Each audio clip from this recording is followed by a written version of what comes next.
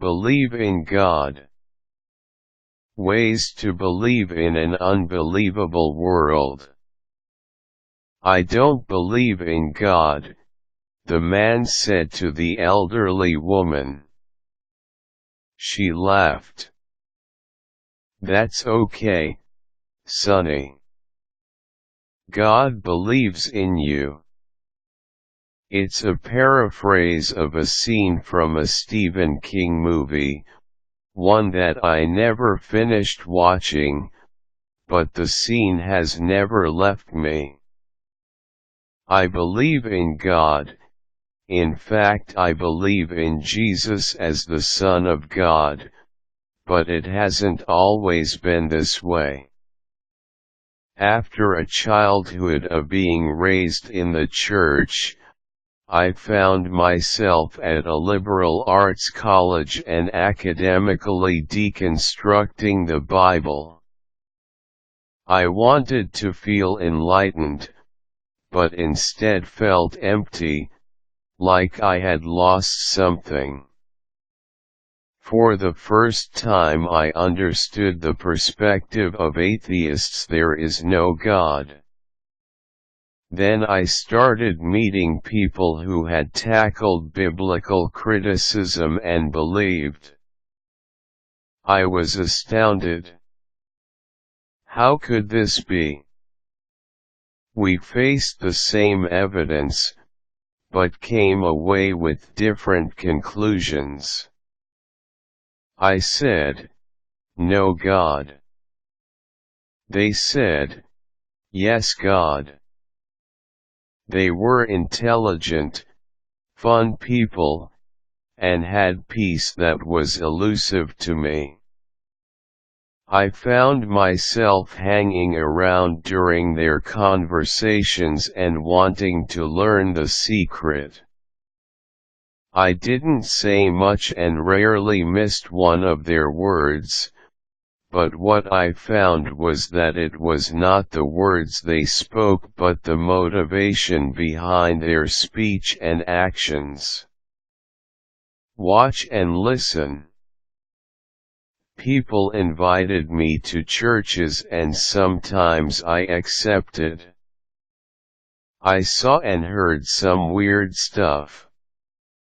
More than once I walked out of a sermon, particularly if the speaker was yelling or I felt uncomfortable.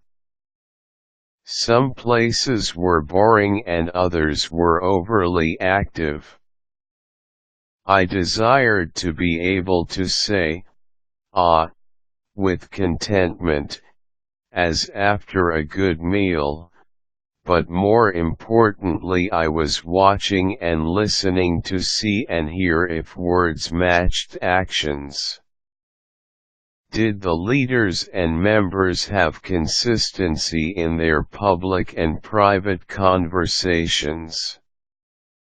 How did the concepts of compassion and forgiveness, two central values of their Bible, live out in their daily lives? What happened when they made mistakes?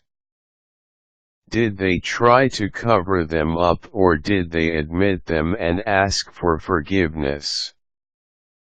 Find people you like. There are no two people alike in the world, and there are plenty that you are simply not going to appreciate. Find people who will listen to your experience and kindly share their own. Try the internet for groups that match your interests and tackle spiritual issues. There are spiritual groups for anything from tattoo artists or motorcycle clubs to environmentalists and single parents. Be real. Don't fake it. If you don't believe, find a place where this is okay and people value and respect you anyway. Plenty of churches pride themselves on allowing people to belong whether or not they believe. Their job is to support and encourage you, not to dismiss or judge you. Recognize imperfection. In the Hebrew Scriptures, Moses was a murderer and led the people of God. Rahab was a prostitute and helped accomplish a military coup. Both were ancestors of Jesus. The story of God's love is not dependent upon your ability, but God's. The amazing theme of the Bible is not about scientific accuracy or literary cohesiveness, but of a loving God who reaches out to imperfect people and wants to be friends. Find a mentor in books. If you have trouble finding a sympathetic and intelligent ear to affirm you, try reading an author who acknowledges the role of doubt and unbelief as legitimate options. C.S. Lewis / Mere Christianity, and others, and Lamott / Traveling Mercies, Jan Karen / At Home in Mitford, series, Lauren Winner / Girl Meets God, Donald Miller / Blue Like Jazz and Madeline L. Engel / Walking on Water are just a few options. The presence. Some people have life-changing events in a blink of an eye.